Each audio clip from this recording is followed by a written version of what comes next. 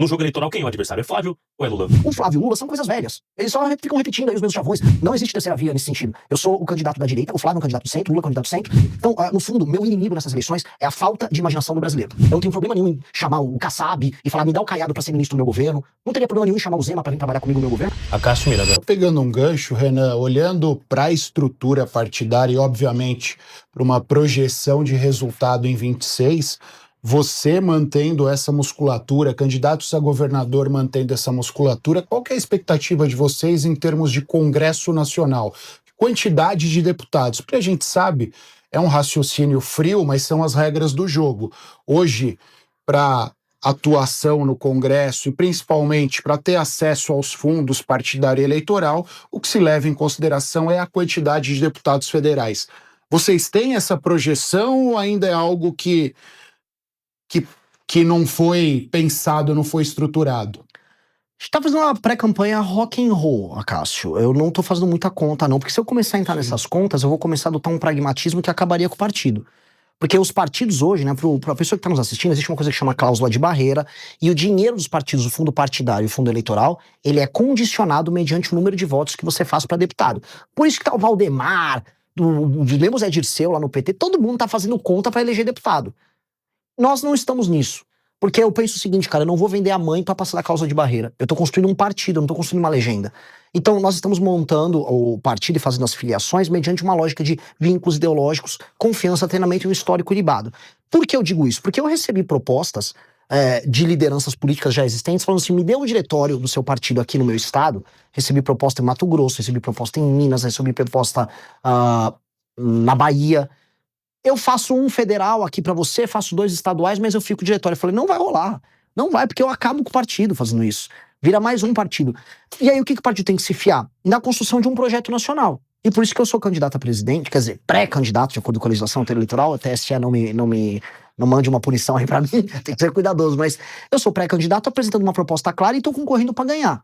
Comecei nisso, já ultrapassei esses governadores que estão aí admirando, amando muito o Bolsonaro. Ultrapassei eles e pretendo ultrapassar o Flávio ou o Lula aí no caminho. Vamos ver o que aparece pela frente. Centúlio, por favor. Olha, Renan, já que você falou que você não quer entrar nesse jogo, a gente precisa falar sobre um tema muito difícil e polêmico, que é governabilidade. Eu tenho visto você bradar dizendo que vai fazer uma reforma administrativa ampla, uma reforma política, quer mexer nas estruturas do Supremo Tribunal Federal.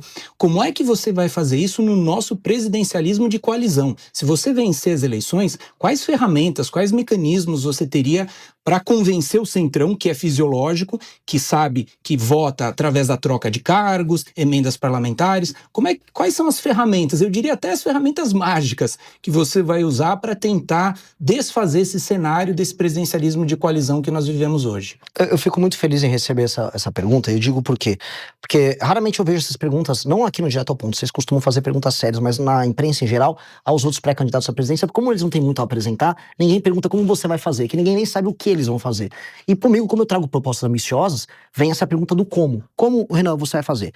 Imagina a seguinte coisa, um cara como eu, que tá com um partido que no período da eleição não vai ter nem completado um ano, venci a eleição. Se eu conseguir vencer essa eleição, eu vou ter cativado a população brasileira numa agenda muito clara, reformista e com propostas claras. Não é sobre a minha personalidade, até porque não é a personalidade mais incrível do mundo, né, mas é sobre os projetos que eu coloquei à frente.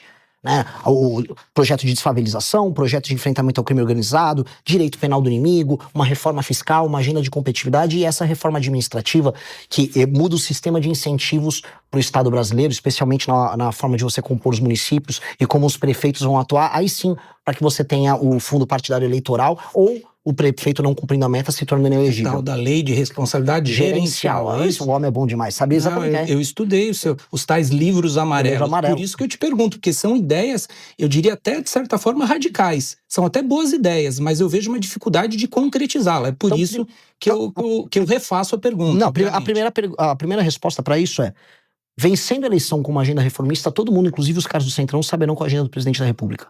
Eu não vou tergiversar, eu não vou ser eleito com o rabo preso, eu não tenho rabo preso com nada. Basicamente não tenho nenhum escândalo de corrupção, não tenho filho corrupto. E minha agenda vai estar posta clara e simples para resolver um nó político no Brasil. Um nó que envolve o STF e um nó que envolve o Congresso Nacional. Na nossa reforma fiscal, eu vou ser bem claro, todos os investimentos nos municípios, que é a base do trabalho dos deputados federais, estarão condicionados aos desempenhos dos prefeitos dos municípios. Ou seja, o deputado só vai poder mandar a emenda para a base, que é basicamente a vida política do deputado, caso os prefeitos dele estejam atuando dentro da nossa lógica de uma reforma administrativa. Ou seja, se o prefeito está entregando saúde, segurança e educação à cidade, ele recebe a emenda do deputado. Senão, o deputado não manda. E se ele estiver funcionando muito bem, o deputado pode mandar até mais emenda. Por quê? Porque eu quero incentivar o bom deputado a poder mandar a emenda para a base dele, mas desde que o prefeito dele esteja funcionando. Do jeito que está hoje, isso não funciona. Então não é alterar a lógica de modo a negar a política, porque eu não estou aqui para negar a política. Isso na caneta ou uma discussão com o Congresso? Porque primeiro o Congresso discussão com o precisa Congresso. concordar com o senhor. Discussão Mas com o no Congresso. Congresso é um buraco sem fundo. Todo o dinheiro que joga lá não é suficiente. Sim, mas vai ter que discutir isso com o Congresso e também punir o Congresso via STF de maneira absolutamente republicana se eles estiverem usando emenda só para roubar. Hoje o ministro Flávio Dino, alguém que eu tenho as mais profundas discordâncias do ponto de vista ideológico, está indo para cima do Congresso Nacional por conta de desvio de dinheiro de emenda. Pois bem, a Polícia Federal, assim como tem que ir para cima do escândalo do Master e do escândalo do INSS, também tem que ir para cima dos políticos que estão desviando emenda. O escândalo do orçamento secreto, no fundo, é um escândalo que envolve bilhões todos os anos no orçamento nacional. As emendas hoje estão ultrapassando a casa dos 50, 60 bilhões todos os anos e boa parte delas, sejamos sinceros, é usada para desvio de dinheiro, para fazer caixa 2 para a campanha deles. Então, assim, nós queremos fazer as coisas na boa intenção, com um projeto, no amor, mas se precisar também ter fiscalização muito dura, e tem que ter, eles vão sentir o peso da lei. Do jeito que está hoje, um deputado federal não se responsabiliza pelos seus atos, desvia emenda como quer e coloca uma faca no pescoço da presidência da República. Isso tem que ser reorganizado. E essa será uma presidência da República que vai reorganizar esse jogo. A emenda vai ter que ser determinada apenas mediante desempenho dos prefeitos, até porque o prefeito que não entrega melhorar de vida para as pessoas não pode ficar recebendo dinheiro a dar com pau, para falar no termo bem popular. Eu tô indo pro Maranhão amanhã, e no Maranhão o jogo é esse. Os caras recebem emenda de imposto extraído daqui de São Paulo, do Rio, de Minas, e não fazem nada com esse dinheiro. E no fim do dia nem ligam. Então isso vai precisar ser dimensionado. E vai ser uma presidência da República focada nisso. Eu vou compor com os partidos, eu não tenho problema nenhum em chamar o Kassab e falar, me dá o Caiado para ser ministro do meu governo. Não teria problema nenhum em chamar o Zema para vir trabalhar comigo no meu governo. Não teria problema nenhum. Os partidos têm bons nomes que poderão compor um governo. Topo fazer coalizão, topo debater, topo discutir, mas o programa tá ali. É um programa de metas muito claro e vamos andar com ele. E eu vou fazer todos os sacrifícios, inclusive destruir popularidade se for o caso, até porque popularidade não serve pra nada. Se você tá bem aprovado enquanto presidente, o que você faz com aquilo? Guarda no banco a aprovação? Não, você gasta. Eu vou gastar minha aprovação toda pra fazer esse pacote de reformas. André, por favor. O senhor não concorda que sem uma base esse trabalho não vai ser mais difícil? E também o quanto você vai ter que... Você falou que aceita coalizão, né? Aceita entregar cargos, mas talvez, até pela questão que você colocou sobre a ideologia do partido do senhor, isso não vai acabar descaracterizando o seu governo? Não, como eu disse, seria em cima de um programa. Eu acho que as pessoas gostariam de compartilhar o sucesso de um programa. Um político que seja do centrão, ele gostaria muito de ver a cidade dele, e inclusive obter o lucro político no sentido mais republicano do termo, de ver a cidade dele sem crime organizado, participar conosco das operações que destroem o crime organizado na cidade dele. A popularidade dele vai aumentar. O Castro aumentou a popularidade dele com as operações que ele fez no Rio de Janeiro. Mesma coisa com uma operação de desfavelização, que entregue moradia para as pessoas. Esses políticos do centrão vão querer participar disso. Se ele fizer isso conosco de maneira republicana, ou seja, sem nenhum tipo de interferência monetária, financeira dentro do nosso programa, que permite esse lucro político. Estou falando de lucro político aqui no sentido mais bonito do termo. Vai ser muito bom. E ele vai poder ser agregado de maneira republicana ao nosso governo, como qualquer governo de coalizão no mundo faz. Eu não estou inventando a roda. Eu só estou propondo fazer as coisas como os países sérios o fazem. Né? Naturalmente a gente fala, o Brasil não é um país sério porque nós temos políticos muito corruptos. E aí vem as alterações na legislação brasileira no sentido de lei e ordem muito clara, de volta da prisão em segunda instância, de separar o STF apenas como tribunal constitucional e não como um tribunal que vira uma última instância para político, para eles entenderem também que se eles andarem fora da linha, a casa cai. Vai ser isso, convidar para fazer a coisa certa ao lado e ter um lucro político ao lado, mas se comportar errado, a casa vai ter que cair. Também tem uma barreira de entrada que uma parte importante dessas pessoas acha que nós somos comunistas porque nós somos de direita, mas não somos Bolsonaro. É natural. O problema é quando nossa mensagem chega. Eu sou o mais desconhecido dos pré-candidatos a presidente. A partir do momento que eu começar a chegar na casa das pessoas, como eu estou fazendo hoje agora aqui na Jovem Pan, quando eu vou nas rádios ao redor do Brasil, eu chego. E essas pessoas descobrem a mensagem e gostam. Então a resposta está em diminuir o desconhecimento, fazendo o que eu estou fazendo, que é rodando de carro Brasil.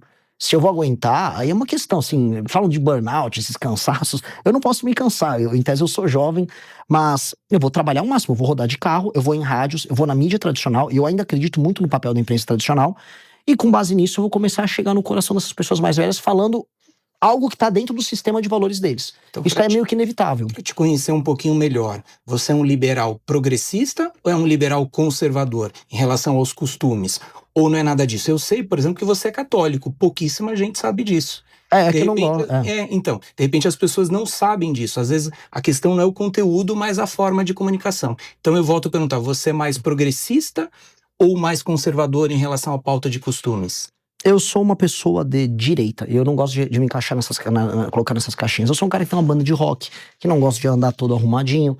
Ao mesmo tempo, eu sou uma pessoa que entende a necessidade de lei e ordem. Eu acredito na presença do transcendente na nossa vida. Eu acho que existem hierarquias de valores. Isso me coloca uma pessoa à direita. Agora, não me coloco... Porque o que seria um conservador em termos brasileiros? Aborto, por exemplo. A pauta do aborto, a gente é favorável à manutenção da legislação atual e contra esses movimentos feministas de hiperliberalização do aborto que existem. É uma pauta É conservadora. uma pauta conservadora, só que eu não levo isso de uma maneira moralista.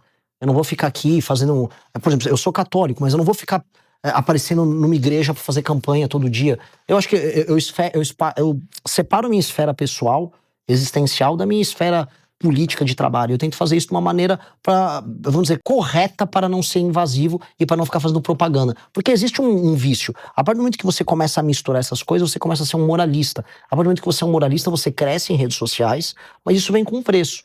Que é o preço em algum momento de você ser eventualmente um hipócrita ou de você usar a fé e a confiança dos outros para amealhar, vamos dizer, dividendos políticos. Eu não quero fazer isso. Eu quero ganhar em cima das minhas ideias que resolvem o Brasil. Que são ideias que podem ser colocadas à direita. Agora, nunca fui, não sou um progressista e nem o serei, assim. Esse é o meu jeito de ser. Só voltando um pouco sobre a discussão antes do André, o senhor cita muito a família de Bolsonaro, Flávio Bolsonaro e um pouco menos Lula. No jogo eleitoral, quem é o adversário? É Flávio ou é Lula? Eu não vou separar muito o Flávio como o do Lula, porque os dois fazem parte do mesmo sistema corrupto. E os dois, em última instância, a gente pode colocar aqui, estão envolvidos direta ou indiretamente, tanto no escândalo do INSS quanto no escândalo do Banco Master. Então a gente começa a perceber que eles são parte de um arranjo político brasileiro, que é um arranjo meio que fracassado. É um arranjo que não consegue passar nada e que não tem mais imaginação no Brasil diferente. Então, no fundo, meu inimigo nessas eleições é a falta de imaginação do brasileiro. Nós não conseguimos mais imaginar um país que não tenha favela. Nós não conseguimos imaginar que a gente pode ser uma das 5 nações mais importantes do mundo, que é o que a gente nasceu para ser. O Brasil, em condições normais de temperatura e pressão, ele é para ser uma das 5 nações mais importantes do mundo. A gente já não se imagina assim. O Brasil não consegue imaginar que ele tem que ter rodovias com 5 faixas de cada lado ligando o São Paulo ao Rio. Você, na verdade, pega uma estradinha triste na Serra das Araras, indo de São Paulo para o Rio de Janeiro. A gente perdeu toda a ambição. A gente comemora quando sai uma ferrovia. Veja, a ferrovia é uma tecnologia do século XIX, não é exatamente... Né? O mundo está indo para o espaço, a gente está comemorando, nossa, talvez termine uma ferrovia. Então a gente perdeu completamente a ambição. Então quando eu falo de inimigo, eu estou só propondo coisas, ideias de futuro do Brasil. O Flávio e o Lula são coisas velhas. Eles só ficam repetindo aí os mesmos chavões. O Lula fica falando, a ditadura, o fascismo. Tá, os caras estão lá nos anos 60, 70. Flávio Bolsonaro é Salva Meu Pai, que também estava o pai dele nos anos 60 e 70. Eles só estavam em lados diferentes do PT. Eu não quero viver nos anos 70 e 70. Eu não quero viver nos anos 80 com a ditadura, com o fim da ditadura e com o começo da Constituição. Eu quero viver nos anos 2020, 2030. Eu quero saber quando o Brasil vai ter base no espaço. Eu quero saber quando o Brasil vai ser produtor de tecnologia na área de inteligência. O senhor